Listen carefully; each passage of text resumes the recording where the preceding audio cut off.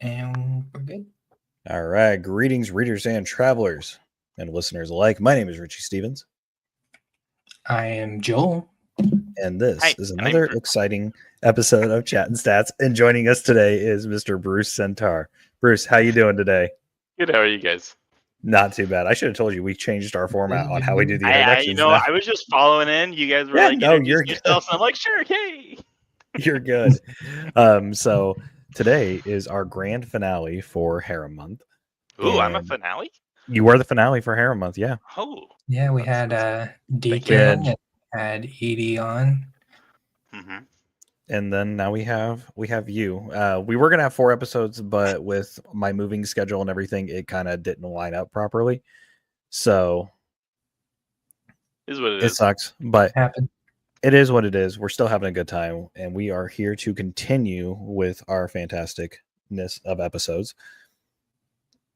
But just a little housekeeping really quickly. We have our website.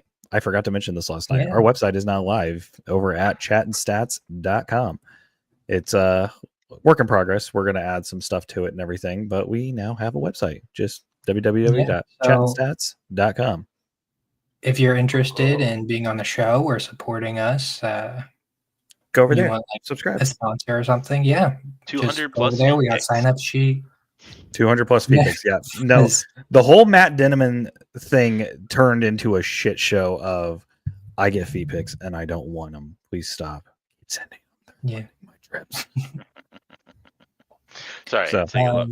Just as a disclaimer, if you send me your feet pics and they end up on Feet Finder, I mean that just happens. Like you were giving me these, so Are you gonna make like an OnlyFans for other people's feet pics?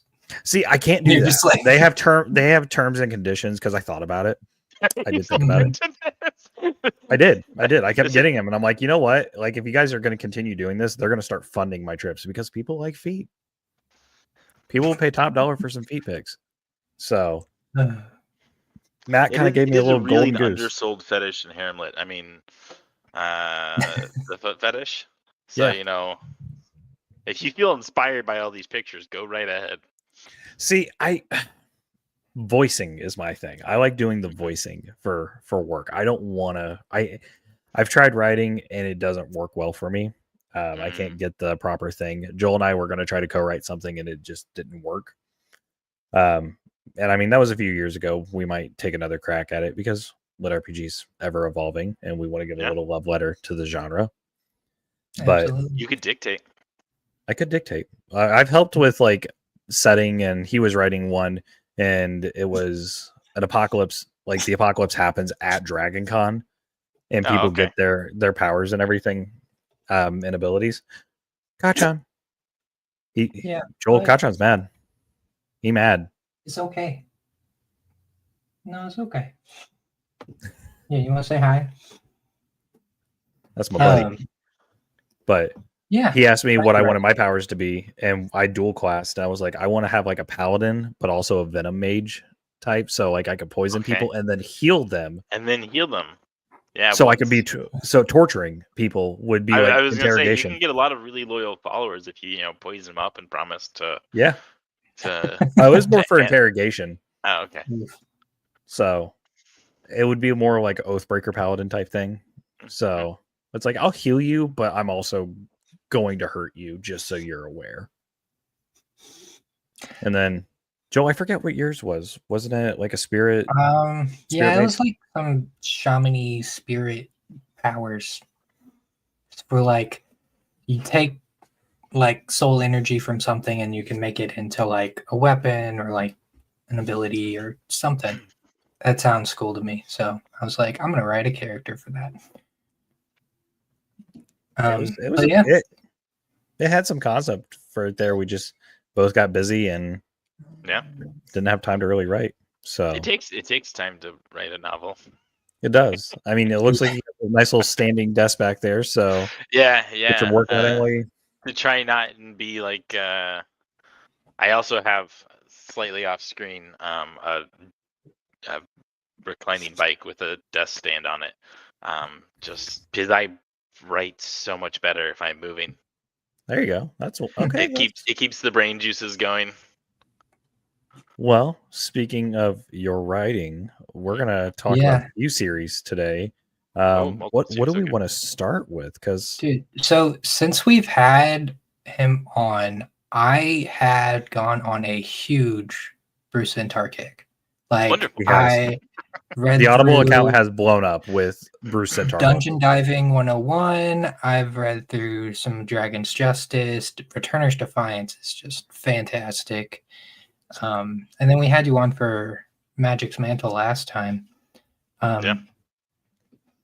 That was But our big one. I Was want to say you were hyping up Returner's Defiance. That just came out with a book 3, Yeah, right? with book 3.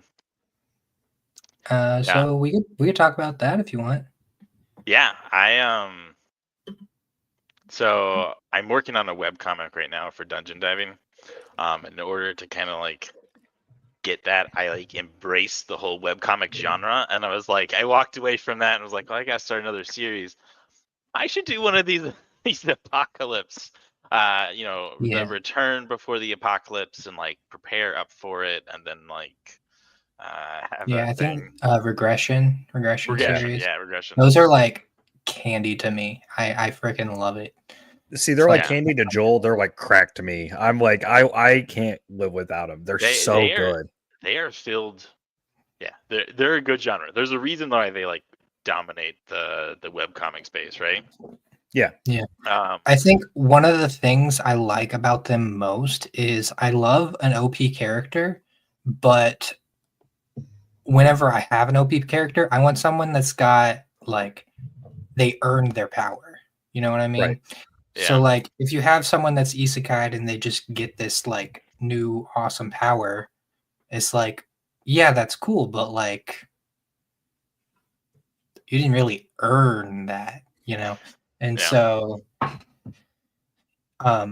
I think at least for like a lot of your series, you made it so they yeah, actually like earn their power. Like in Returner's Defiance with Dungeon yeah. Diving 101. Dungeon Diving 101, right? He's starting out. He's like 18, and so he's like then grinding up through the levels. Um, Yeah. Return of Like Defiance. whenever He he just gets his well, I do was it. gonna say like whenever he gets his like ultimate like ability that Yeah, like sort of gives him unlimitless power, it's a but he has to challenge build that it he up had every to time. undertake. Yeah. Right? Yeah, So he had to earn it even though it was like yeah, specific to him. You know what I mean? yeah. Um, but yeah, But yeah, I like Return of Defiance a lot. There's a lot of fun, and because I made like the several big events, I kind of in my mind I then plan the series like, ooh, I can kind of like repeat the regression thing, right? Like so he can do the lead up to the first Demon War and then to the War for Supremacy. And so like each one it's like a big event that he knows is coming. Um so I feel like the fundamental flaw of the regression genre is you kind of have this weird balance you have to strike where there's the thing you promise at the very beginning that, oh no, Mhm. the apocalypse is coming. And then like you read some of them and like you could be reading like and it could be like books and books and books before like the apocalypse finally comes. You start getting to a point where you're like, is it coming? right. Like you told me about this in book 1, but we're on like book 8 and we haven't had it yet. So there's that balance. And then there's also this really cool part where he like knows everything because he went through a bunch of crap in his first life. And in round 2 he's doing it better. Yeah. I Yeah, Um, mean, I think you for you like sold me on it. It was as soon as I started, and obviously with the dream team of Christopher Boucher and mm, Jessica mhm. 3 narrating it, they kill it. They're fantastic yeah, with it, They are as they wonderful. always are. We you absolutely gotta love the dual adore them. narration They're So, voice in here. We're swapping over dungeon diving to them too as well. ooh, That's They've not a bad recorded it swap. all. They don't know it, but I have a bunch of edits going this okay, week. now Um, mhm. and I'm then for the yeah, next one that releases will be them, but they're coming out with the entire front of the series. I'm okay with that. I am okay with that. I love that combo so much, and the fact that they're both going to be at Lit RPG Con in Denver, I'm like, all right, cool. Yep, I'm excited now. So I got to grab my copy of Magic's Mantle because I got that signed by you and Jess, but I didn't get it signed by Chris. Yes, So now I gotta. He was not feeling well on last Dragon Con. Yeah. Yeah. We saw him at Jordan Con, or at least me and Jess. You did. I didn't go to Jordan Con, but I did go to Dragon Con, and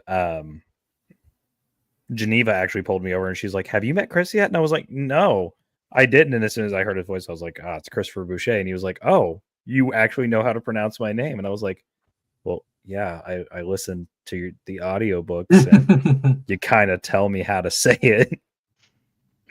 So he got a good chuckle out of that. He's a genuinely just really nice guy.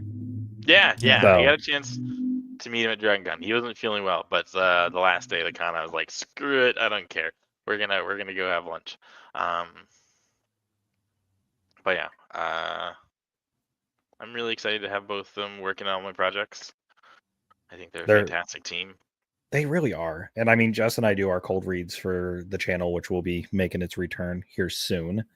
And we have a lot of fun with it. And she's just talented. Everything she does is great. And same with Chris.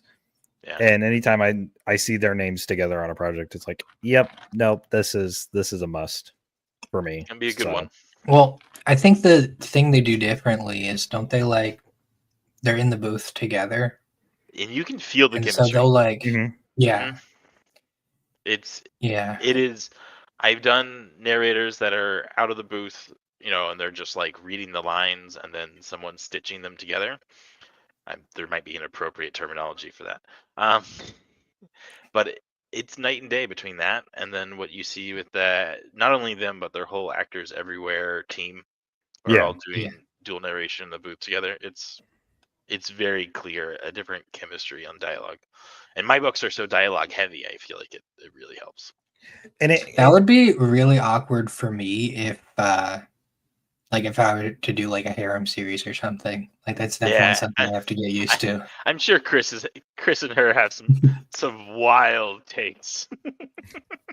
Well, and they've worked on so much together already, and they do amazing jobs when they are together, and you can definitely tell that these two have worked together for a long time and have known each other for a good portion. They actually have a friendship and everything. So when they're in the booth and they're actually recording, it translates over. I'm trying to think of the proper terminology for it, but it gives the characters that much more of a depth level on top of what you've already given them. They just add more to it. So I 100% agree. I There's think a the lot of dialogue narrators for people who I are like. recording the booth together, it sounds so much more natural. Yeah. And I mean, I think narration in general just really adds a lot to a book. It does. The way I've like, if I've read the book before I listen to the audiobook, because sometimes, audio simultaneous release doesn't always happen. I've read it one way in my head, the narrator delivers it, and it's like, oh, I didn't even think about it being delivered that way. Yeah. So it changes the perspective, and it's like rereading it. So like, obviously we'll throw Dungeon Crawler Carl out there because that doesn't get mentioned enough. And the talent that is Jeff Hayes and the combo that is Jeff Hayes and Matt Denneman. I read book 6 before book 6 came out because I was excited. And then I read or listened to the audiobook. I was like, yep, nope, that's how I expected it, because we've gotten 7 books, 6 books with, Dungeon Crawler Carl and Jeff and Matt, that once you start reading it, you're like, okay, I can start to hear it in my head. It's like, oh, this is how he's going to deliver this line. This is how he's going to deliver this line. And then there's the one line that it's like, this is how he's going to delivers it a completely different way. So. And there's a secondary skill that they're delivering, right? I mean, yeah. And their acting and how they choose to deliver potentially like a joke or a particular line, it adds another layer to it all. Yeah, like we'll use an example really quickly. Chris delivering anytime he's talking about his horse in Ard's Oath. You know, that's his special horse right there. I would fight wars for that horse. It is congratulations, you're a mage horse. Yeah, like he would level a kingdom for that horse, and I would stand there and let him. So, I mean, when you have Jess and Chris or your other narrators work on the books, do you send them over a note sheet saying, "Hey, like this is what this character's tone is supposed to be," or do you just go, "Hey, free reign"? So earlier on in my career, I did. I was like, okay, I want really specific things. And then working with artists, working with narrators, I have found to give them a level of freedom usually delivers a better result, in my opinion. So like you do enough to get what you want. If you have some like really solid thought, but I think for the most part, I'm pretty relaxed now. I don't send a whole lot of notes besides I'm like, okay, Bun Bun and Dungeon Diving has to have a ridiculous accent. You know, with the current two narrators, it was like, well, can I do this? I was like, no. I'd really like a Danny DeVito. Yeah, doesn't he have like a really deep voice? He was supposed to be like, I was like, you know, I like when a Danny DeVito or like a 70s mobster, like. Yeah, it's definitely not the voice I envisioned for Bun Bun. Because like this cute little rabbit, he needed to have a very contradictory voice. Because like when you actually hear Bun Bun talk for the first time, it is not a cute fluffy rabbit. I always find it funny that when it comes to like the cute little animal or a pixie type character, or we'll just because Danny DeVito voiced Phil in the Hercules movie, as the satyr, that the go-to mindset now is just Danny DeVito. It's like, oh hey, we got this cute, adorable animal. Let's do Danny DeVito. It's a cliche. I would say it's a cliche at this point. You take the cute animal and you give it a gruff male voice, and it's shocking. It's very, you know, attention getting. In my philosophy of writing, I think one of the most important thing is contrast. Okay. I think contrast moves the story forward, like from scene to scene, within the characters. It makes them memorable, and from scene to scene, it like pushes the story. So yeah, if you ever notice, a lot of my characters are gonna have like two facets that kind of fit a stereotype, and then usually there's gonna be a third facet that's just like completely out of left field compared to the rest. Okay. I mean, you do a great job with all your characters. I don't think there's really any of the main cast of characters in any of your books that I dislike. Obviously, the characters that I'm going to dislike are the ones you want us to dislike. Yeah. Like the brothers in Ard's Oath. What? The brothers in Ard's Oath. Yeah. They're douchebags. We don't like them, but it's fun to see their ass get kicked a couple of times. Yeah. So you do a good job with not only your world building and your character creation, but the magic system in general as well. Yeah. Which, Joel, do you want to talk about magic system? Yeah, I mean, I think in a lot of his worlds, he just blows it out of the water with the magic mechanics and just tying in that world building in your magic mechanics. It's definitely been a huge tie for like why I really enjoy your series. Like if we're talking Returner's Defiance, just the fact that the main character, they don't have the ability to don't they get poisoned or something? And his mom's poisoned, and he gets his mom's poisoned because his mom was in the hospital. And but yeah, see, he gets poisoned later because he has a from his first life, there was like some monk that started making whiskey or mixing poisons with whiskey so that he could continue to get drunk, and slowly leveled his poison until he had like a poisonous body. Right. I love the magic system in Returner's Defiance. I think that's Ard's Oath is great. I love the characters, but I love the setting of Returner's Defiance a little bit more. I think Returner's Defiance is in a really, really solid spot. It is. I like what I've done with this so far. I will say my Achilles heel for all lit RPGs is the slow expansion of the skill list.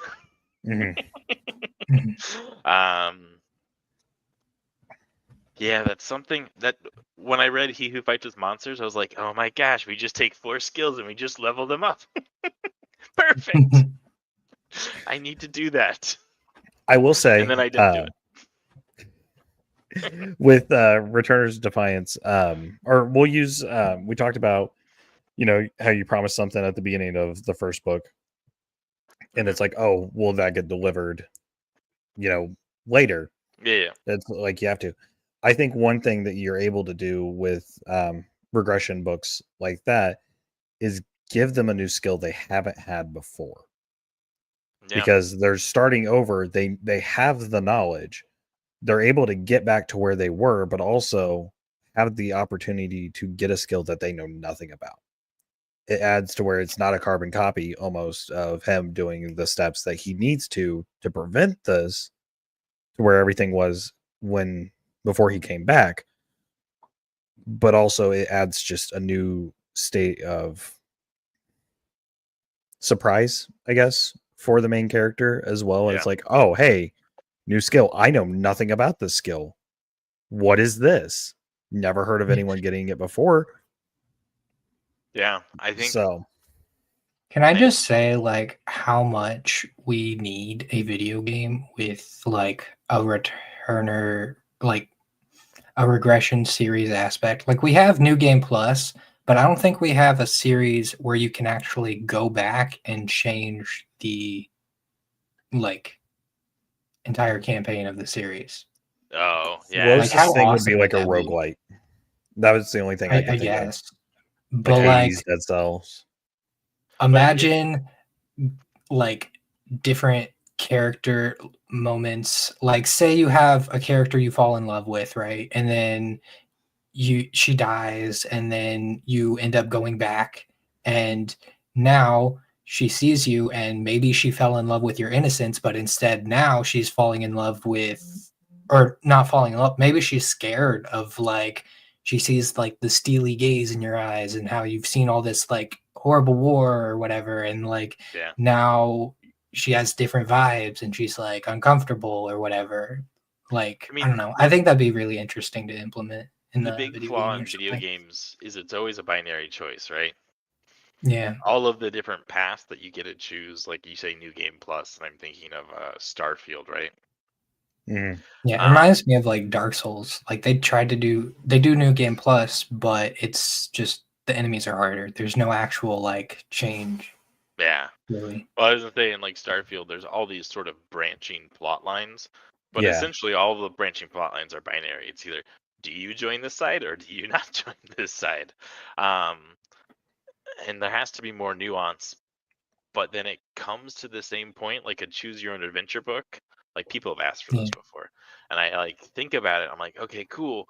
But the more branching I plot, the more I effectively branch the plot line, the more I waste. Yeah. Is then it doesn't get read, right? Like, imagine Final Fantasy 15, but whenever you go back with Noctis or with your dog, is it?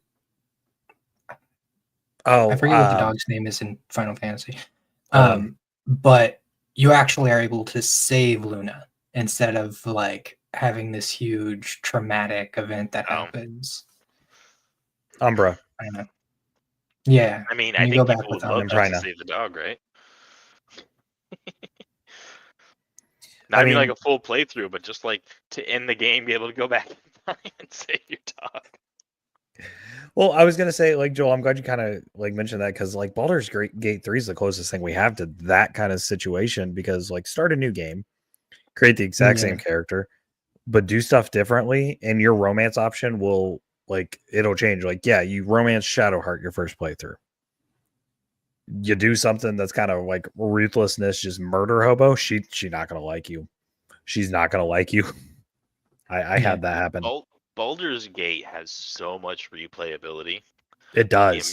The amount of things that exist in the Baldur's Gate game and like different pathways you could take is like my hat's off to Larian Studios. Larian Studios. Yeah, Larian. For that one, because yeah, I've only done one playthrough, but there were times where I like was like looking things up and I'm like, oh my gosh, there are so many things I could do. Like there's like 3 different ways you can get to the Underdark. There's multiple different things like you can get along the way that would help you later. Like one of the items you could get has a beholder in it, and you can throw that and break it and summon a beholder to help you in a fight, but also take the chance of killing you in the beginning of Act 1. Yeah. So there's a lot of replayability there and just getting different like reactions. And depending on like who you have in your party too, like certain scenes will be different. So in Act 1, there's a scene once you kill the spider down in the lair, you can go and lick it. You can keep licking it. And if you have Gale in your party, if you lick it enough times, he's going to ask you if you need to talk to someone. He's like, "Are you okay? Do we need to talk to someone?" And Carlax's over there like, "Yeah, get it." And eventually he'll just say, "Stop licking the damn spider." Yeah, there's just so many branching dialogue options. Yeah, and that's that's hard. That's hard, and it also a lot of work. It's also probably why the game is so popular, why it was so successful. The studio cared about gamers and wanted to give them a great polished product. Yeah. Because I mean, even I was a day one player for early access. I bought it day one. Loved it. And it is a completely different game from what it was in early access. Yeah. I played like the first act in early access, and then I like played it through on like the official release. And was like, yeah. They made a lot of changes. It also crashes a whole lot less. Yeah, it crashes a whole lot less. Larian, if you're listening, we love you. Please just know that. Yeah. So talking about video games, what lit RPG do you guys think is going to have the first video game? Dungeon Crawler Carl. I mean, it's a hack in a lot of ways. Yeah. But is it really video gameable? Dungeon Crawler Carl? Not. Oh, I think Dungeon Crawler Carl could get a damn good, if not a, it couldn't be done until the series is complete and we know like what Matt's got in store for the grand finale. But I could see them doing like a roguelite. I mean, I could tell you which one I hope it would be. Which one would you hope? Imagine like God's Eye for Alaron. That would be like the first-person Civ game where you are a deity. You get to represent your people, but it's like a first-person experience where you have to do different things, and your people like fall in love with you for it. And then there's also this aspect of like once you have an altar built in a certain area, it becomes more of like a Civ game. You have like souls you can like bring. It's kind of like Cult of the Lamb. More almost. units back. But yeah, I mean that's the one I'd prefer. I feel like. I haven't read that one. I double checked. Is like, oh yeah, there's only one book in series. I'm a terrible reader. Yeah. If there's not like 3 books in series, I don't usually sink my teeth into it. Another good one I would like to see, Rogue Dungeon from James Hunter and Eden Hudson. Yeah. I'd like to see a Rogue Dungeon one. All right. That would be a lot of fun. I mean, I know there's like always talks of Like people want to do like lit RPG video games, and I'm excited. I'm like just waiting for the moment there's like a lit RPG mod in Baldur's Gate 3. Like someone out there is like, hey, here's Jason Asano's class. Oh, hey, here's Carl. Like, I think it would be. I'm just waiting for those to pop up because I know there is one for solo leveling. Okay. Where you're Shadow Monarch, or Shadow Monarch is the class, I think. Someone made a mod for solo leveling, and I was watching a playthrough for it, and I was like, "This is actually really freaking cool." Yeah, that is really I might cool. have to go check that out.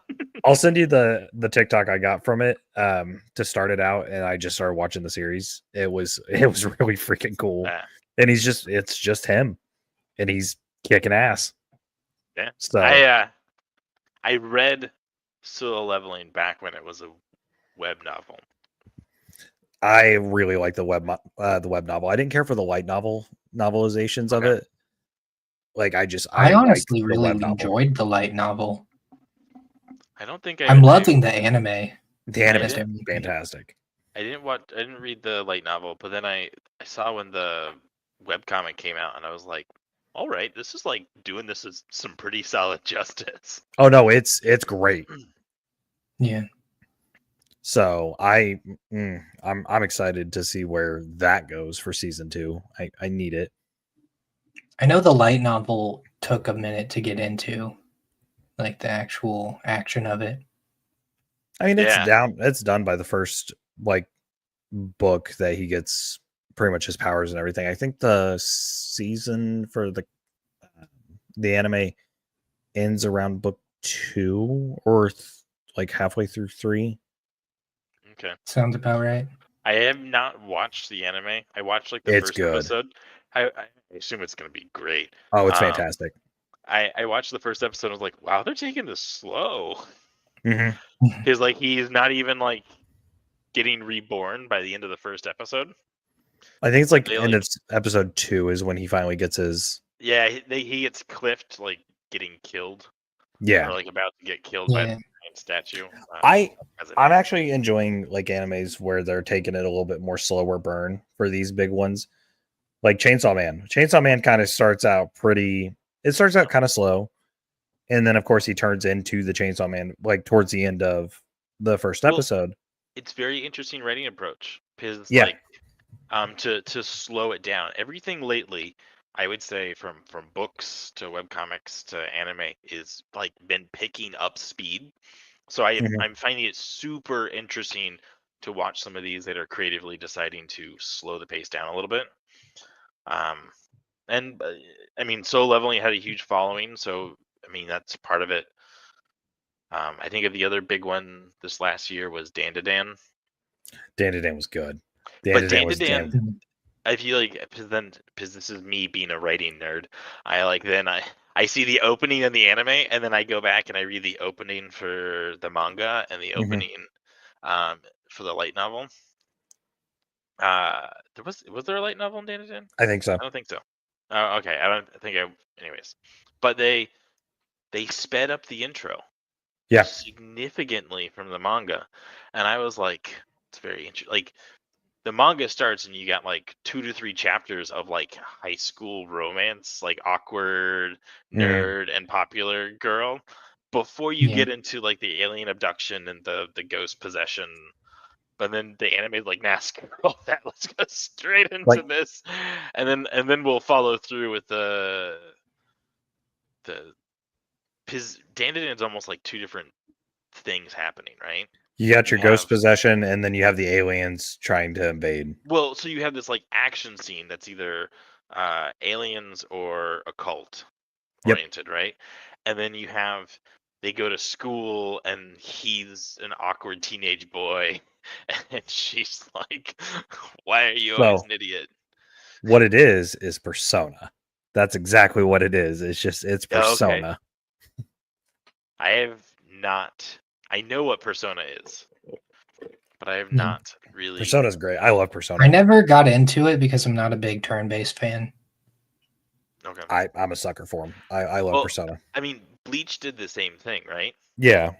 where he has his normal school life, but that like got very minimized as that Bleach went on, right? I was gonna say, And right before they go to the Soul Society, I think it's like halfway through season 1, they kind of drop the whole like actually going to school aspect of it, and they're like, nah, they have let's like Karakura Town and the Soul Society, pretty much. I mean, there are things that happen there. Like, there's definitely a lot of, I like, at least in the further series, like demons invade and stuff. Yeah, they return back to like the normal world. Yeah, after the Soul Society stuff. So the first but arc with Aizen was the pinnacle. I'm sorry, if you like later parts of Bleach. I think right up to about the So time when he fights Rukia's brother for the first time, or like in the Soul Society. After that's where it kind of like starts to dip down in quality, in my opinion. It picks up later, but like there's a gap there where I'm like, I don't care about this. I want to see some badass like action. Yeah, I think well, they stopped focusing on the Soul Society. It was about those like weapons that like curse you or something. The Bankai weapons. I forget. Yeah, the Bankai weapons or whatever they're called. Or is his Bankai form? I don't remember. I need to watch. I think Bankai is the like Bankai was all of the what the Soul weapons Reaper's weapons turn into. Yeah.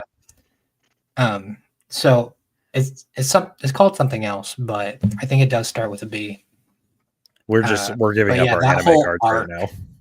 That whole arc definitely threw me off. But after that, he like starts going hollow and it gets really interesting again.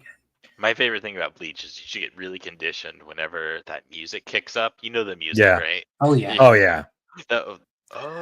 Anyways. I think I can't do. I think if you're gonna have a really good anime fight scene, you got to have a really good anime like battle music to go with it.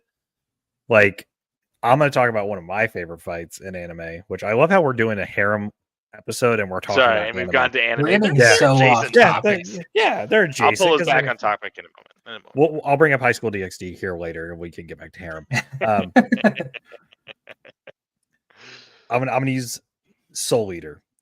When Black Star and Mifune fight for the second time, and you have the rendition of Paper Moon, which is one of the opening themes. It's the second opening theme for Soul Eater.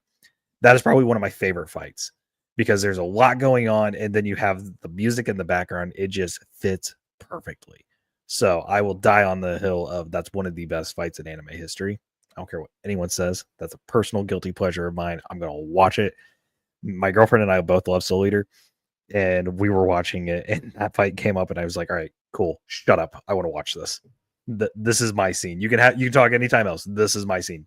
Shut up. For me, it's the Gaara Rock Lee fight. That's definitely that is the top one. Which I was going to ask, which anime has the best tournament arc? Yeah, so mine is the Aizen Ichigo fight where he goes like the half hollow mask for the first time. Yeah, that one sticks in my head as like that's a damn good fight. The shonen genre like is kind of defined for me in that fight where you just have the guy who has the secondary power that always blows up right when he needs it. Yeah. Okay, so we'll switch back to harem here. No High School DxD. Damn, I love High School DxD. Actually, not super knowledgeable on that one. I've watched. We were talking about it last night with HP and Jacob. Oh, okay. For the ED Sky episode. For Dungeon Diving 101, I really got High School DxD vibes, especially with the teacher. Dungeon Diving was Dungeon Meshi, or How to Pick Up Girls in a Dungeon, or no? Is it wrong to pick up girls in a dungeon? That's a good one. That is a good one. That plus My Hero Academia was like in my mind what I put together. I could see My Hero Academia because you have the like bondage teacher in that one. That's like really Crimson's All Might. Crimson, yeah. Crimson. No, Joel, Crimson did you say All Might? Bondage teacher? Eraserhead is not bondage. It's restraining. Not no, he's the talking one with about the whip. That's like, yeah. Oh, Lady. Oh God, what's the name? Lady Midnight. Yeah.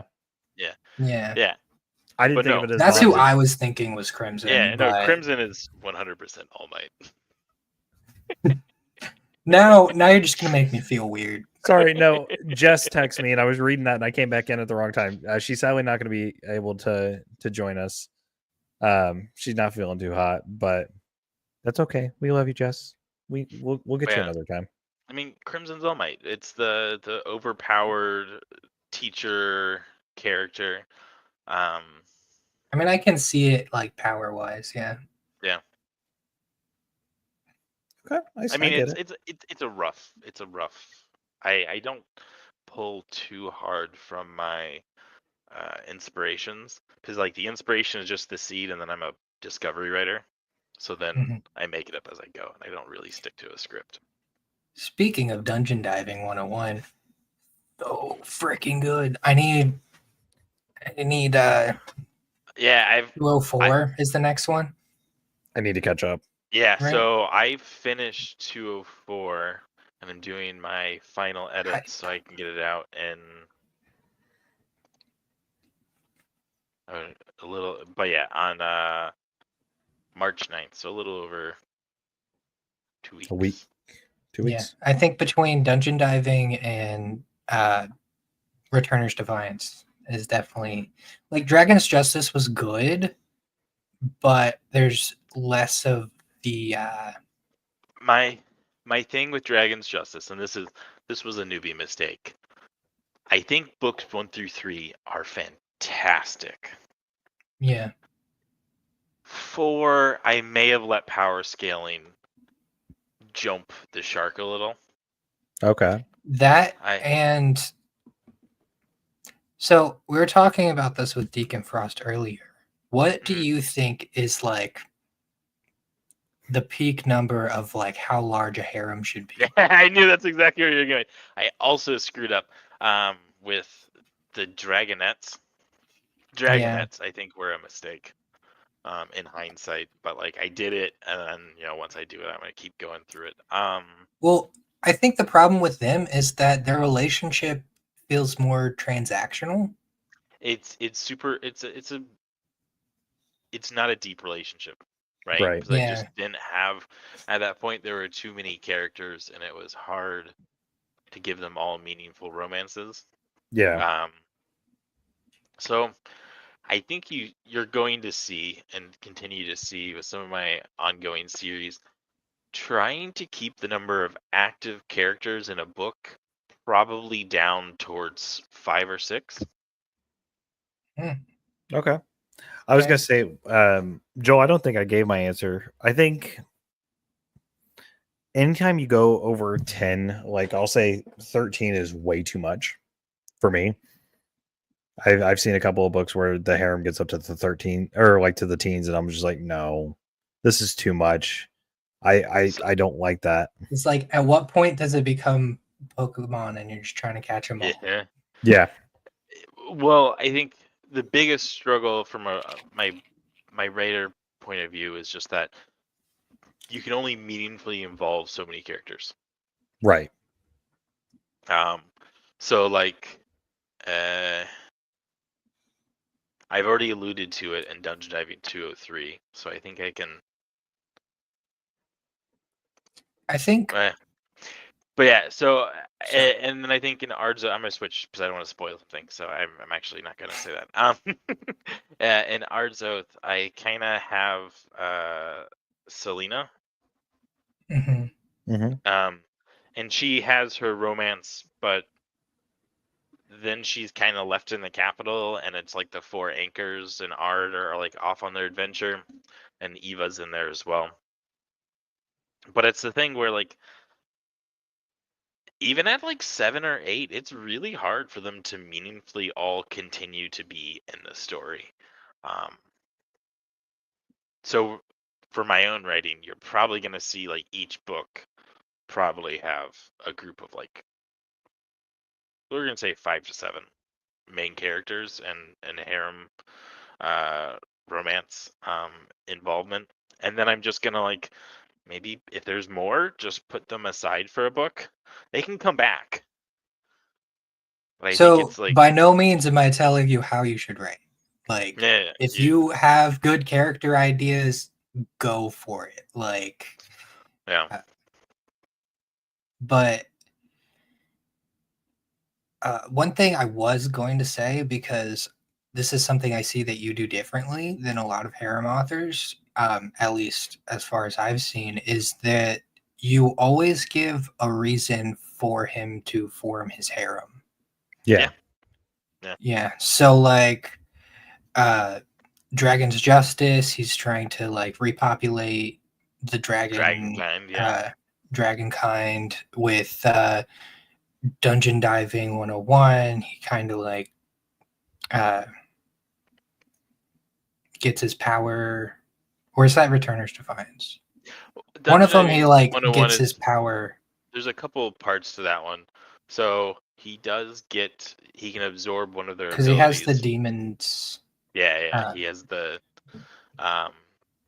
demon secondary class. But then also it's this whole concept that like a party that's going to spend potentially months diving down into the dungeon, like, should be have the tightest bonds that they can have, right? As far as a group. Dude, his freaking grandpa cracks me up. Where he's just like this horny Gramps little is great. geezer. I love Grandpa. You gotta have a harem if you're going dungeon diving. Like you do. You do have to do that. I just love him. And he's always trying to get in trouble and stuff. Literally, when I put Grandpa on a scene, I go, okay, what's he going to do to make us all laugh? He kind of gives like that Master Roshi vibes a little bit. Yeah. Was that an inspiration? He definitely has some Master Roshi vibes. It wasn't like, oh yeah, I want to write a Master Roshi, but it was like the old mentor who's kind of a horny bald dude. Oh yeah, okay, I can see how that's Master Roshi. Well, I was gonna say between him and obviously the pervy sage, because we love Jiraiya so much. Jiraiya is like one of the greatest characters in anime, and I will die on that hill as well. Rip Grandmaster Pervy Sage. So he definitely does remind me of Jiraiya. I feel like that was a trope in the 90s to have the perverted the older mentor. Yeah. And so it was that trope, but then Master Roshi I feel like is like kind of the gold standard. I'm thinking like Jiraiya. The two big ones are just Jiraiya and Master Roshi. I'm trying to think of others that like have that like pervy mentor. Well, like isn't there one in Bleach? There's Mr. Hattenclogs, but he's not super like pervy. There's Iruichi. Is like his stuffed lion? Is he pervy? He's got a little perviness to him. And then you got like the greatest anime ever that is just a fever dream of mine, which is Bo Bo Bo Bo Bo Bo Bo Bo. Love that anime, but Jesus Christ. What a name. Good God. Have you watched it, Joel? I've watched a couple of the episodes in first season. I haven't really like sunk my teeth into it. Can't find it anywhere streaming wise, and you can't find any like DVDs of it because it's wild. But the manga is even more batshit.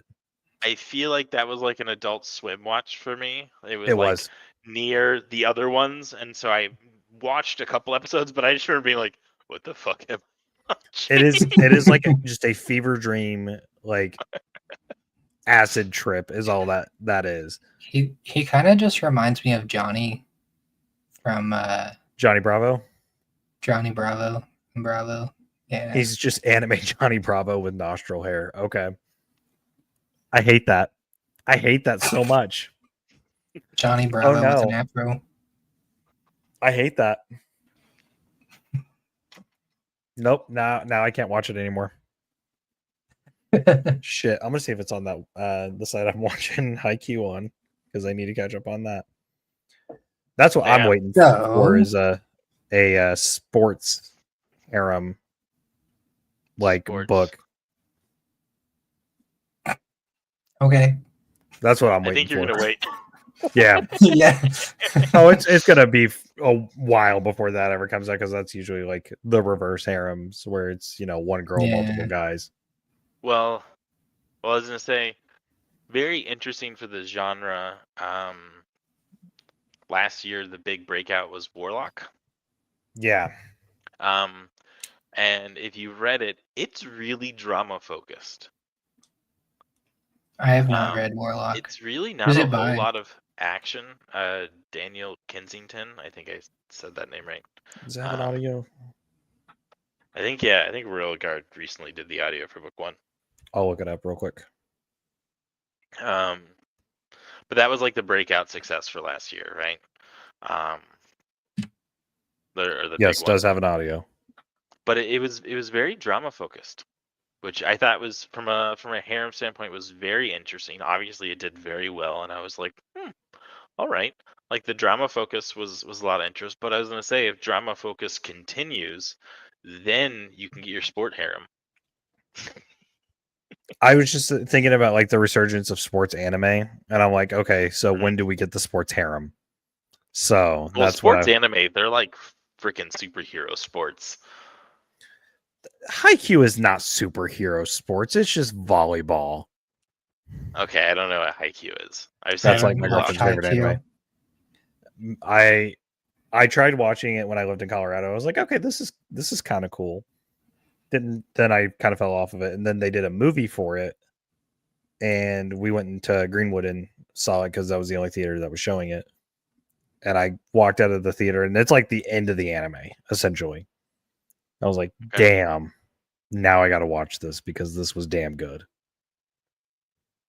So yeah, usually from a like how the whole progression of IP works.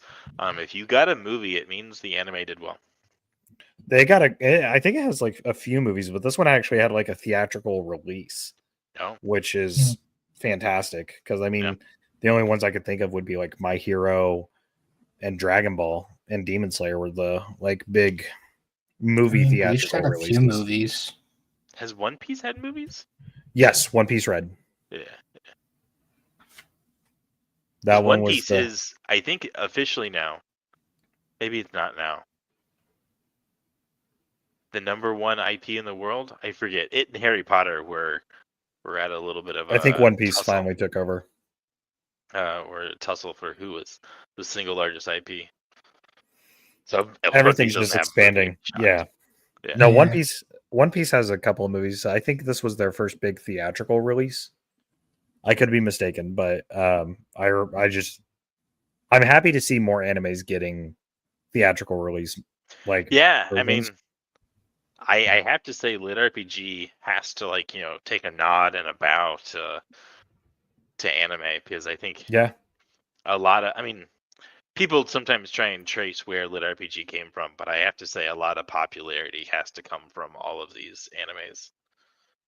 Well, I think it clearly pulls that crowd, since we can all very easily have that switch in conversation.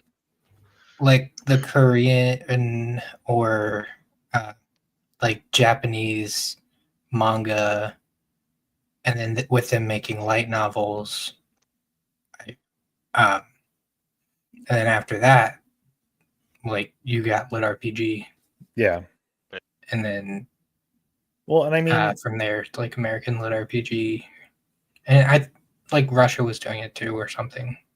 Yeah, I definitely think there's not quite one for one, but you mean both Lit RPG and then the progression fantasy just have so many Eastern ties. They do. So many references, right? Obviously, there's a lot of inspiration coming from that way. Well, and it's nice to see, like, I'll throw two big names out there because they're getting animated series / animes, Cradle and Beginning After the End. They're both getting animated series, which I'm freaking stoked on. Because one, Travis Baldry narrates both of those, and I just want Travis to do the cast. That's it. I just want Travis to be the entire cast. Just have 50 different Travis characters. Yeah, just 50 different Travis characters. That's it. Isn't The Simpsons voiced by like a really small cast? No, I think their cast is massive now. Oh, okay. I was gonna say we got Ryan Maxwell. What's up, Ryan? But yeah, I was gonna say, obviously there's a lot of inspiration that comes from the Eastern, the wuxia stuff in the anime. Yeah. But interestingly, I think harem was a big breakaway from that though, because Yeah.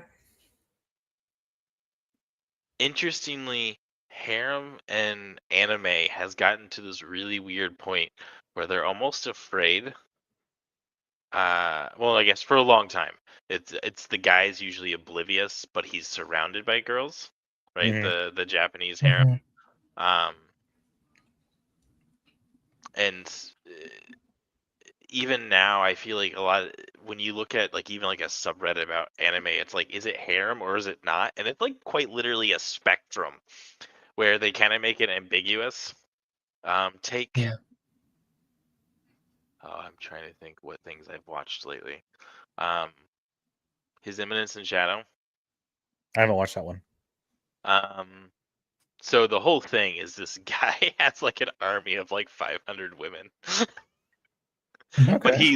he's not in a relationship with any of them. Like clearly, completely oblivious, living in the guy lives in his own fantasy.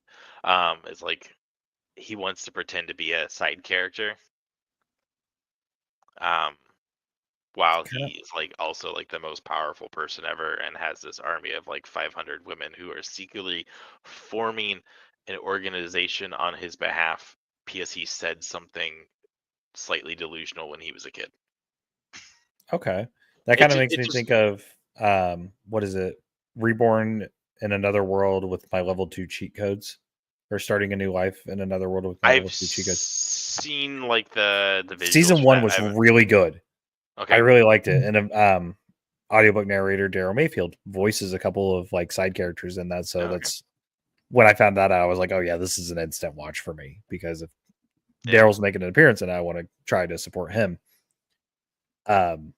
But it's like, the main character has his love interest that you meet, but he also has like 5 other girls, I think, living with him. And they're like, oh, yeah, we're kind of attracted to him, but he's like showing no interest in them. He's like, nope, I just have my wife. I'm good. But I And just find so, it interesting See, how they almost tease harem, but like yeah, don't do it. right. yeah, that's Um, kind of like how it is in like SAO or like solo leveling. Doesn't he only have like? I don't think I don't he know. even Solo like Leveling really giving me harem vibes. But yeah, he has a just couple goes girls on a that are date. interested him It just throughout the reminds series. Yeah, it just reminds me of the solo leveling a bridge where he's just instead of power level, it's like your Riz level, and they I haven't watched the Bridge yet. like everyone's just falling for him, but he's completely oblivious. But yeah, Uh, so I find the harem tease interesting. Um, I feel like it continues to go quite strong in that. But in the Western haremlet genre, we've decided no, we're gonna go all the way. I'm liking to Polygamous see. relationships.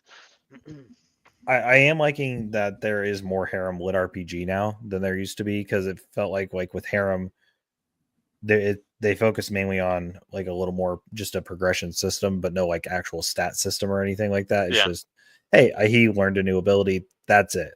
This is what it does. There's no like stats. There's no levels, but we are getting more and more of that.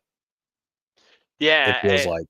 it feels like the harem genre is kind of coming back into the fold. Um, Having now written in it for like 5.5 years, it's gone through like some phases, right? Yeah. Um, First, like lit RPG was just like harem was like just like a trope that existed Hmm. tacked on to like the lit RPG genre, and then sometime in like 2019 2020 we just got like cut. I think of like when the subreddits for progression fantasy banned harem and they were like, no more harem on the And subreddit. you always What? see people that are like, is it harem? Because if it is, I don't want to read it. It's like, I mean, Yeah, there was like this, we were banned, and then there was like a very clear like negative sentiment that like came post that ban. um but then now it's kind of like eased back in, and everyone's mhm. like, if it's if it's got the girl in the front, it's harem, and it's your choice whether or not to like it. So yeah, I feel like there was this weird wave. There was like somewhere in 2020, beginning of COVID-esque era, it was like we kind of like left the genre. We've left lit RPG and progression fantasy, and then we're kind of finding our way back as I think in general the genre has leaned away from smut and erotica content and is more kind of going back to like its roots, where it's just like lit RPG with a harem or progression fantasy with a harem. So I think it's feel interesting. like social media in like 2020, there's a lot of like sort of like cutting off of like what you can and can't say, can't do. Okay. Like back then, at least from my perspective, I remember posting stuff and then being like, "No, you can't do that." I'm like, it's literally just I like feel a like video to there check was out. some Like what? there was some gender stuff that was kind of at a height there, and I think that I think that the accounts just got away from like writers and stuff.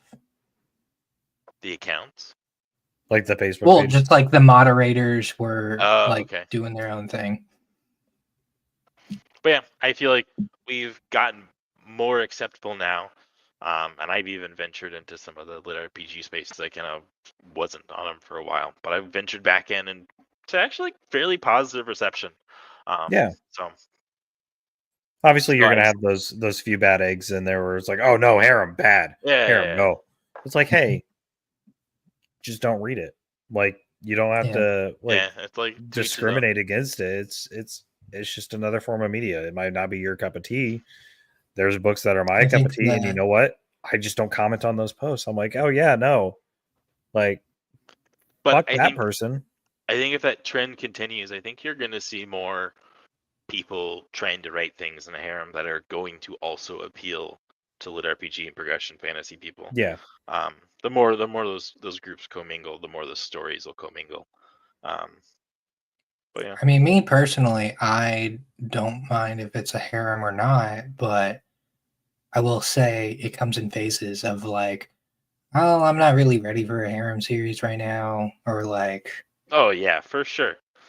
Oh, I need some Bruce Sentar books. Like you just read Harold Shyala, and you're like, I can't handle it anymore for a couple of days. Let's go read something without. Just looking forward to what I'm going to be reading after Harem Month is like, because we've had back-to-back episodes. I'm like, well, I got to do catch up on like this stuff so we can talk about it. Oh, by the way, Joel, I did get Sean Dunning for April, so you have something to look forward to there. Not just me, like everyone's got something to look forward to. Oh yeah, we got a lot. There's a lot of books coming out this year, and then of course, Lit RPG Con. Yeah, I'm excited for Golem Master. Yeah. Oh, Golem Master's good. Have you read that one? I think that's our next episode. It's from TJ Lombardi. Okay. It's good. Joel and I are characters in it. Like it's got a lot of love letters to different lit RPG authors and people.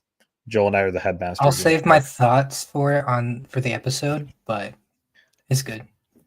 I already know your thoughts, and I just giggle every time. So, but like I said, I'll save my thoughts for the episode. But Bruce, while we have you here, what is something that you can share that we can look forward to? Because you said something about like a webcomic earlier. Oh yeah. So I got so many projects in the fire. So I got a webcomic for Dungeon Diving 101. Nice. It's been a long road. But it's getting closer. I was originally on. Anyways, I'm not going to tell the whole story. I'm now on Webtoons. I'm now going to go on Webtoons, but then they wanted to have some creative input, so we're refining things. It's looking really good. Okay. I got a Kickstarter for my special editions on Dragon's Justice. Ooh. Kickstarter should launch on Friday. I think that's all for the more recent stuff. Obviously, I got more books coming out. Next Dungeon Diving is coming out March 9th. And then we're going to go back to Ardzoth the month after that. Book 5 And for we just Ardzoth? got Returner's Defiance. Yes. Yeah. I'm planning 9 books this year. Good God, man. Damn. We'll do it. I'm going to ask you real quick. Are you okay? Like, are you good? I'm slowing down this year. Okay, good. Good. Good. You need to a reduced rest. writing schedule, actually. You need to rest, Bruce. Come on. Take care of yourself, my friend. Well, in my schedule now, I take 1 month off every 4 months. Good. Off. It's not really off, but it's like take care of yourself. I get yelled at because I don't take care of myself sometimes. It's like, oh, I forgot to drink water today. I'm gonna get smacked. Yeah, you should drink water.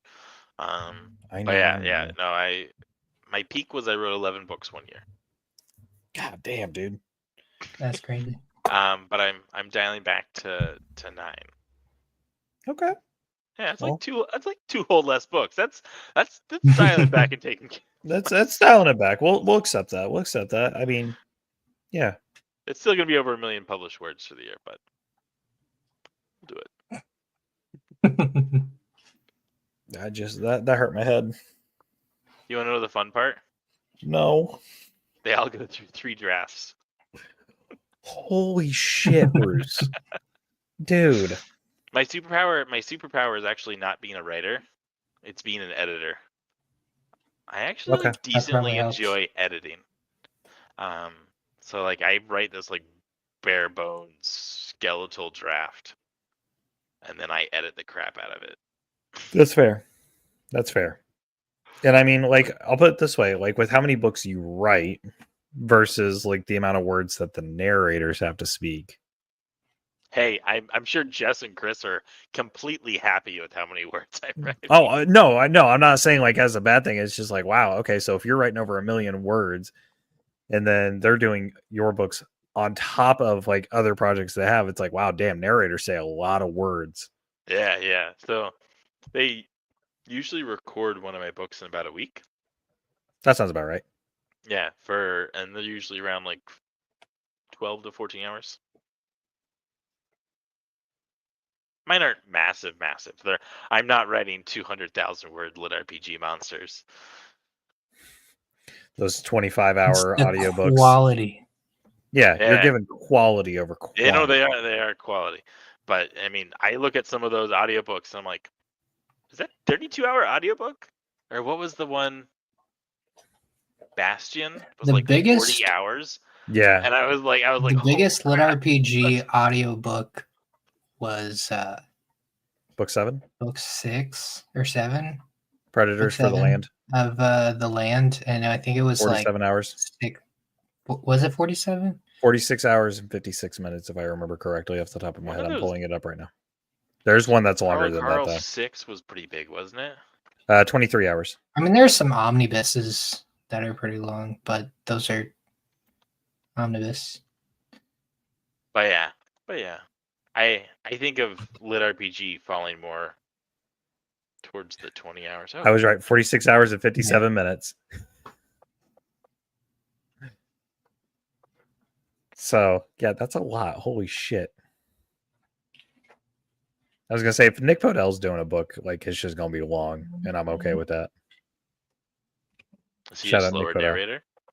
No, like, if it's... I just listen to Nick Podell narrate. Oh, okay. The dude just has an amazing voice. This is true. We love Nick Podell. We have not given Returner's Defiance much love this episode. No, we have. We talked about it, but I mean, we mentioned it. Okay, so you guys have read Returner's Defiance. Who's your favorite character there? Like, not Bran. Oh no! I gotta think of characters really quickly. I have so many characters running through my head. That, and I've read a lot of Regression series, and they're all kind of blending together right now. They kind of do that. That's okay. Who's the club owner that he meets up with in book 1? Like he starts training with the mobster one. Oh, the mobster Bobby? Yes. No. Yeah. No. Oh, what's her name? The girl. Yes. Is Simone. Oh, yes. That runs. I do love Simone. Simone. Yeah. That runs the Yeah. Yeah. the Well, bar. Simone runs the bar. Gloria is the mobster. So Sloane is the one. Yeah. Gloria is the Yeah. daughter for, right? Yeah, she's the daughter of the Yeah. like the mob kingpin. She's kind of a bitch, not gonna lie. I mean, Because she was trying to kill her dad, but also for reasons though. 4 reasons. But she's kind of a bitch. She's supposed Like, it she's supposed to wasn't be a little her. prickly. Yeah. But And that's not okay. in a bad way though. It's like, okay, she's got some personality to her. It's one of those things where, like, I don't know. I don't want to make characters like perfectly lovable. Does that make really sense? Give her a like rough around the edges. the I head she's of got the some Odyssey flaws. Guild. Sorry, what? The head of the Odyssey Guild, Oh yeah. Cersei. Cersei. I really like Cersei. I love the Greek mythology references and stuff in this because Yes. Yeah, well, the 5 clans are all the different myths, right? yeah. Yeah, so they're Hindu, Chinese, Egypt, Norse, and Greek. I have to brush up on my Hindu mythology for book 4, but So one of my favorites, Shiva. like That's soundtrack about for all me. I know. sorry, what? Mitch? There was a guy, his name's Jorge. He was doing a musical rendition of the Odyssey. Okay. It just finished over Christmas. Like, he released the final saga. It was 8 sagas, and he just finished it. It's called Epic the Musical. It's great. It starts with the Trojan War, where Odysseus and them are, they're in the Trojan horse, right? Yeah. And it ends with him getting back to Ithaca. 8 sagas. It's fantastic. So, like, when I go deep on my Greek mythology, like, I hyper focus on it, and I listen to that soundtrack, I think, daily at this point, because I just love it. So like the Iliad and the Odyssey, right? Mhm. Are part of an 8-part series. Yes. I'm trying to remember. One of those is incomplete. I'm pretty sure. Ryan gets it. But yeah, it's like a whole thing, right? And most of them are lost to time. I just So I like can only mythology. an 8-part for that musical is kind of a love letter to the lost. It's 8 sagas, and I think he did it as his thesis for Notre Dame. I think he attended Notre Dame. But it's a fun thing. Like, you get the Troy saga, the Cyclops saga, then the Storm saga. Circe saga is the 4th one, which is why I chuckled. Then Song? that is the Thunder saga. That's for the 6th. You get, which he changes it a little bit. So they go through the underworld in the musical. Oh, okay. And then it should be on Apple Music. It should be on Apple Music, Ryan. Yeah. I So they go remember through the whenever I underworld. came down to help Richie move, that's like while he was playing in the car. And I was listening to books, but still. No, that was for your wedding when we were driving around looking for stuff for we had to get a new belt for me and you.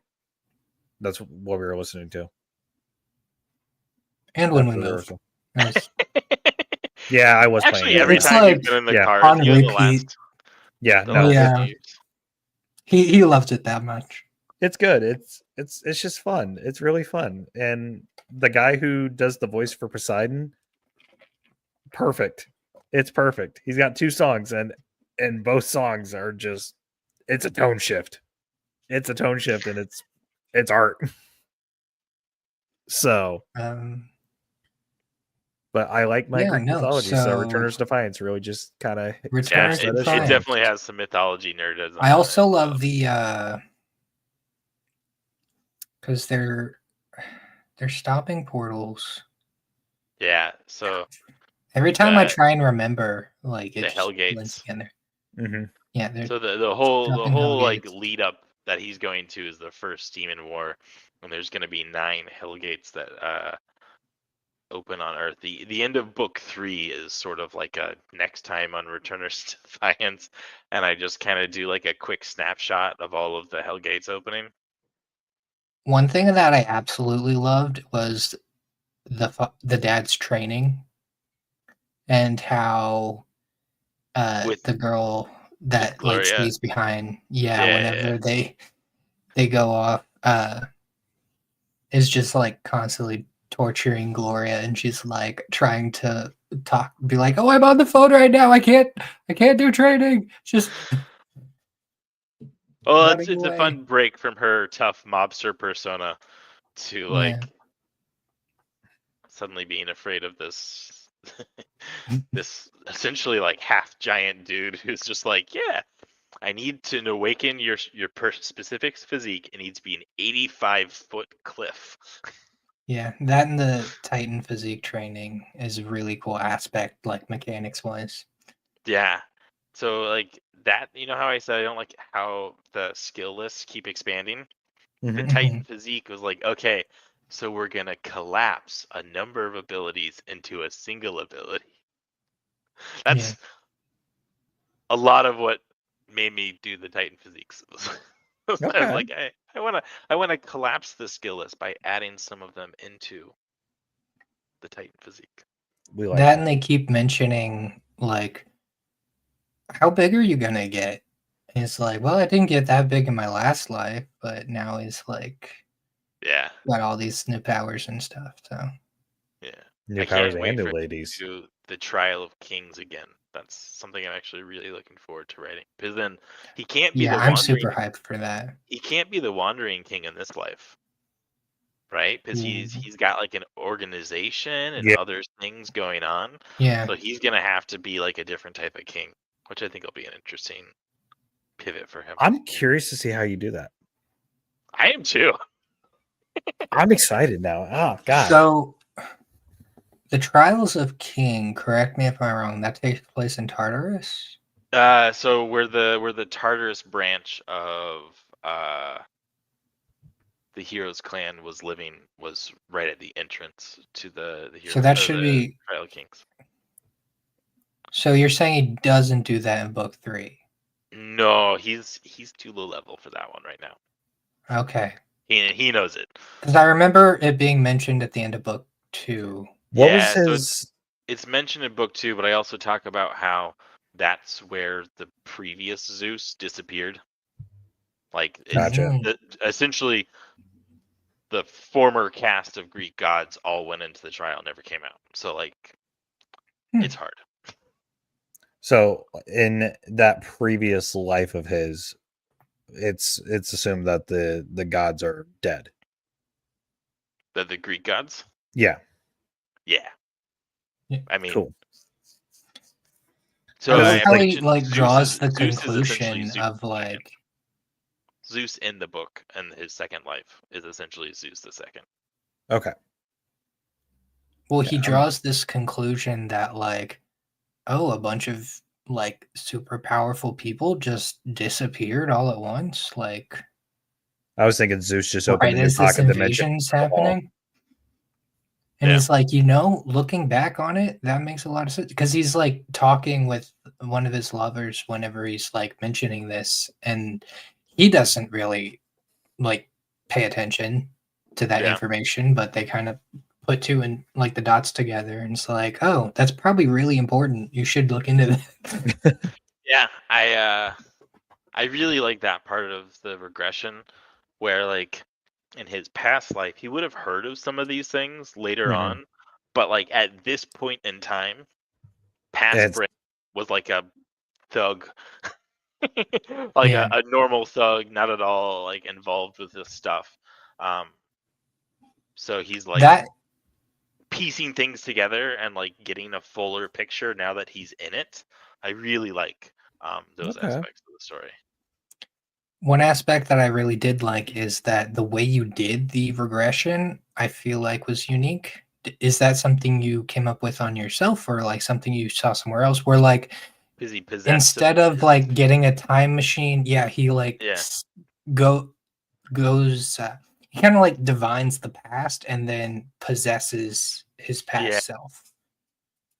I don't think I particularly took possessing him past self from anything. Yeah, because You never know. for There's me, like I a feel like chaotic that's soup of definitely all the like a things I've read up unique, here. yeah, I don't think. a unique way of doing it. Yeah. Yeah. Oh, you know what? Actually, what was it? I'm The sure there's idol another one that's done it. system. The idol system. He like goes back in time, but I don't think he like possesses his past self. He more or less just isekais his past self. Yeah. Apocalypse regression. Doesn't he possess his previous self?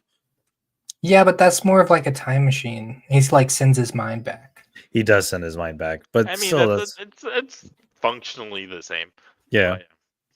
But, Send, Pyre Souls Apocalypse. That's another good one for the regression time frame, but except every time he goes back, it changes the future when he comes back to the future.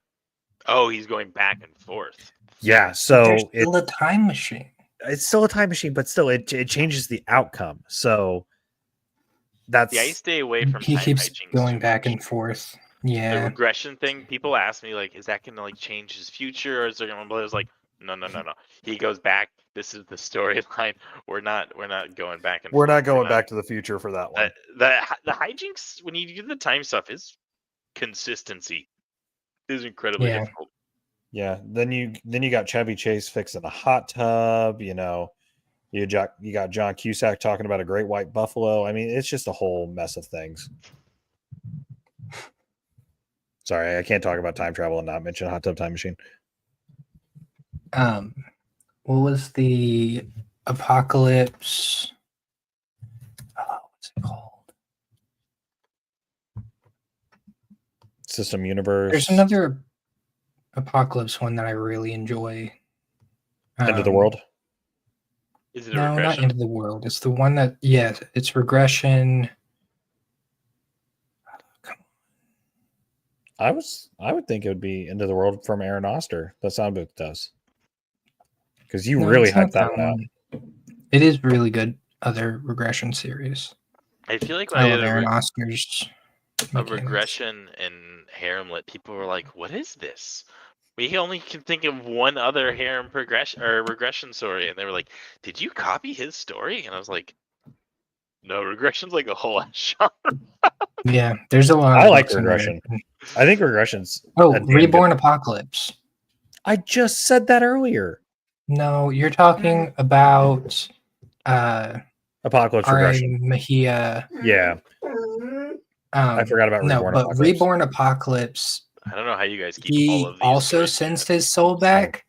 Oh, I'm looking it up because I don't.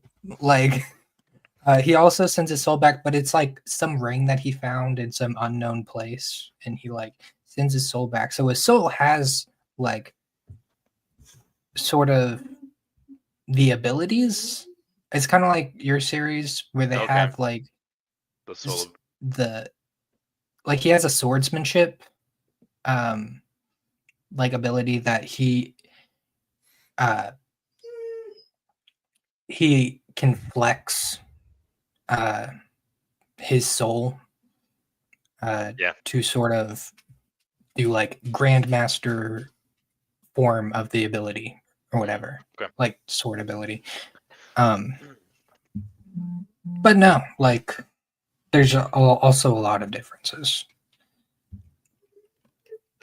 Definitely unique story series. Go check it out. Returners Defiance. Returners Defiance is a damn good one. I think it's hard for me to pick like what my favorite one of yours is, Bruce, because you write can't. so much. And It's they're all Dungeon so good. Diving Yeah. or Returners Defiance. One of those two. I think it's Yeah. Returners Defiance or Ard's Oath for me. And it could be just because I'm partial for Jessica. I'm not allowed to and have Chris. a favorite. They're all my children. They're your babies, but I think I'm It's partial whatever because you're working on at the current moment. That's your favorite. Really? Because that's I'm the sure- one I'm like steeped in. I've just reread some of the series, and I'm like, spending every evening like, oh, what other cool thing can I do? And I'm Where just can they hyped go about it from when I'm writing here? it. What? It's like, where can they go from here? Yeah. I So mean, are you like a pantser? I am a pantser. And one of my philosophies for writing is I have to be excited about the next scene I'm going to write, or I shouldn't write it. Because if I'm not Mhm. excited about it, then people reading it probably aren't going to be excited about it. So then I like spend a decent amount of my writing process is actually just like sketching out ideas and being like, what would be really fun to do next. That sounds like a really useful technique. Yeah. There was a book at one point that I read on how to write, and it was like Couch to 5K, but for writing. Um, uh, and that was one of the things they said, like, try and get excited. Try and take like 5 minutes before you write every time, and just like get excited about what you're gonna write.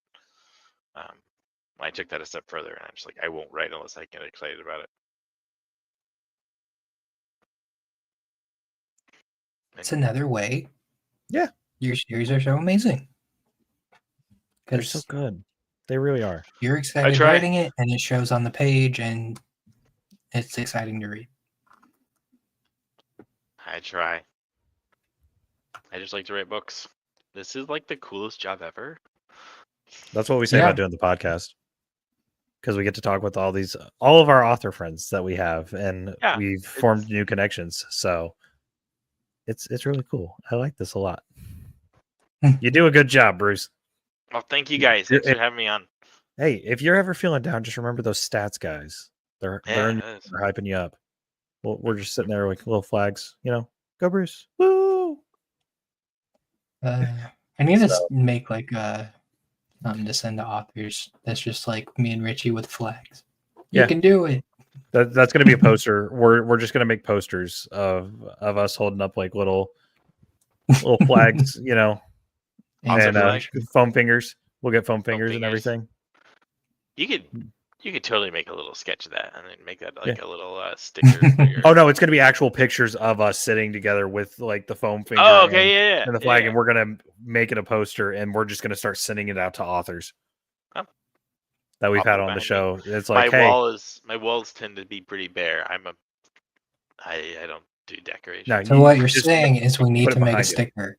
Yeah, be a sticker. Oh, dude, we could do that. We could. I was saying, Discord, like a Discord little. Oh, the emote. Emote. Yeah, we do that too. But I think that starts to wrap it up.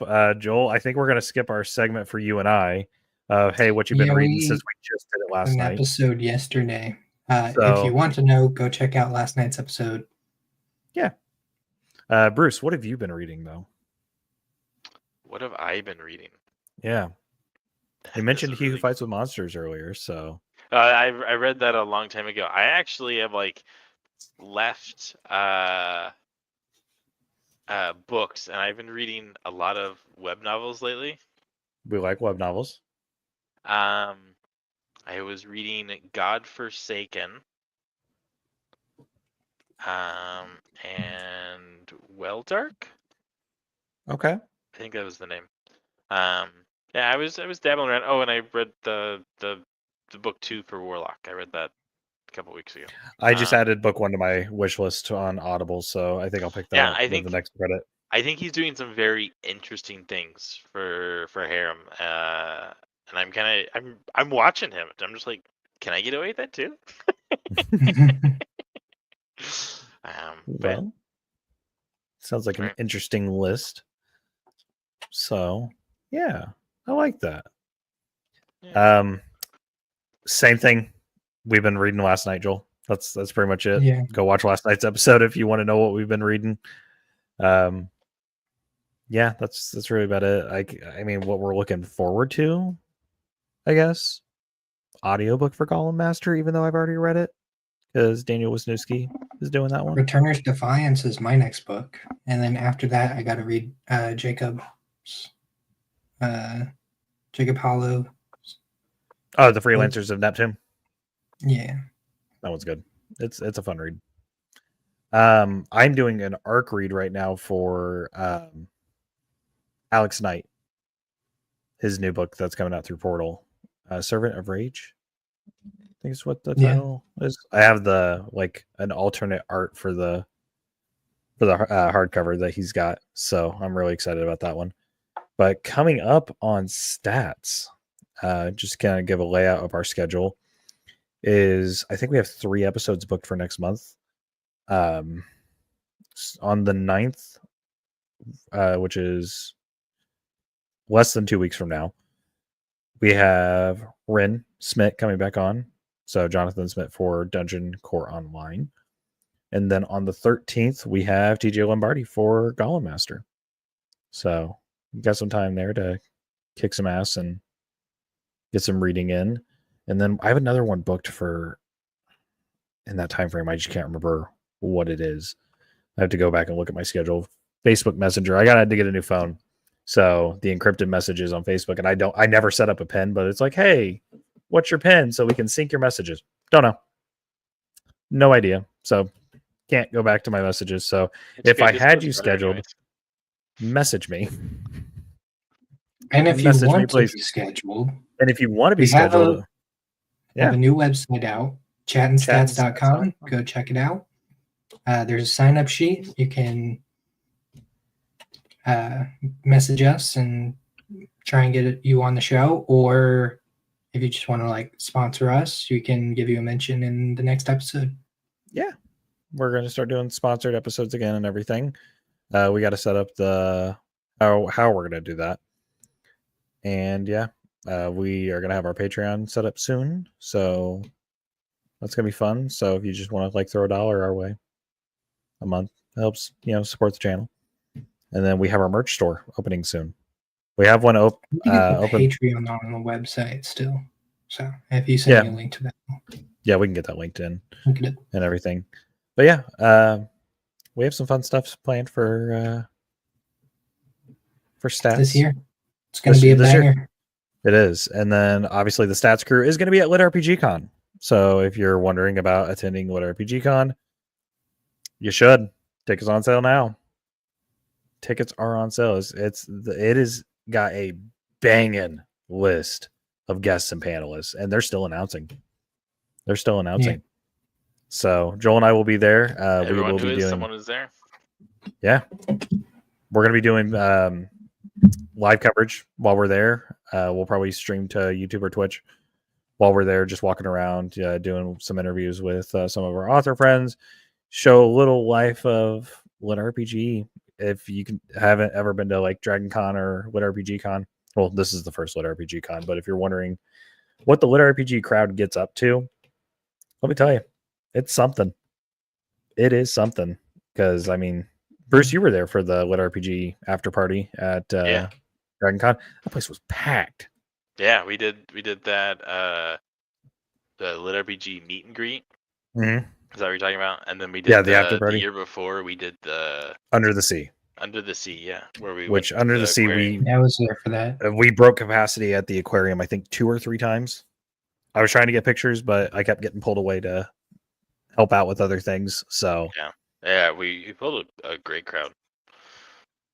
But Legion and Soundbooth are doing an amazing job with Lit RPG Con, and I'm so excited to be going in Denver in July. So Joel and I will be there. So if you see us and you're like, hey, those guys suck, come tell us. That's fine. We'll take the heat. We always do. You might see Joel and I yell at each other in public. It's okay. Happens. But it does. But Bruce, thank you so much for being on the show. Thank you for coming back. I know we just had you on, I think, back in October, but no, I'm happy to come on. Thanks. We've read a lot of your stuff since, and it was we nice have. We kind of went on a deep dive for it because we took a month off, and that helped with catching up on reading we wanted to do. So, and then over at chattinstats.com if you are interested in being on the show.